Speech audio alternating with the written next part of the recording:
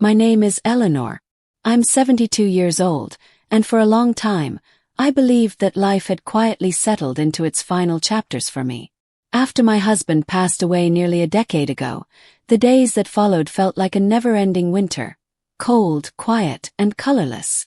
I lived alone in the home we built together, surrounded by memories but starved of new experiences. My children had grown and moved away, busy with their own lives. Friends had become fewer, and slowly the phone stopped ringing. I filled my time with small routines, morning tea by the window, tending to the garden, and afternoons spent reading dusty books. I had convinced myself that this was enough, that perhaps this quiet existence was the natural order for someone my age.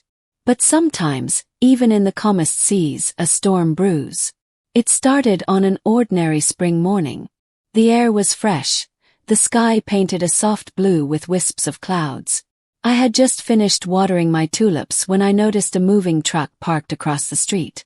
A man was struggling with a heavy box, awkwardly trying to balance a small lamp in one arm while opening the front door. Without really thinking, I found myself crossing the street and offering a hand. "Would you like some help with that?" I asked, my voice softer than I expected. He looked up, startled, but smiled warmly. "That would be wonderful, thank you." His name was Daniel, in his late 40s, with kind eyes and an easy laugh. He explained he was moving in temporarily to care for his elderly father, who had recently fallen ill. He wasn't someone I would have expected to become part of my life, but fate often surprises us. We moved the box inside together, and then, for reasons neither of us quite understood, I invited him in for tea. What began as a simple gesture blossomed into weekly visits, sharing stories, laughter, and quiet companionship. Daniel had a way of seeing me, not as an old woman past her prime, but as someone vibrant, with stories to tell and wisdom to share. For the first time in years, I felt noticed, valued, and alive. He taught me to see the world through a new lens. Together, we planted a vegetable garden, something I hadn't done since my husband's passing. We tended seedlings, watched the birds, and marveled at the miracle of growth. On warm evenings, we sat on the porch, sipping tea and talking about life's mysteries, the joys, regrets, and the endless possibilities that come with each new day.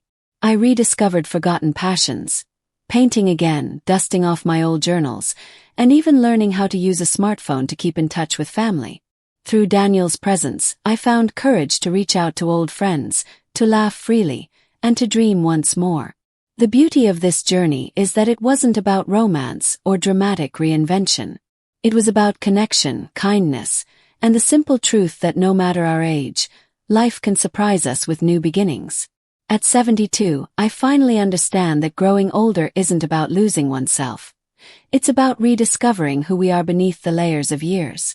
And sometimes, the gentlest hand offered in a moment of need is the one that changes everything.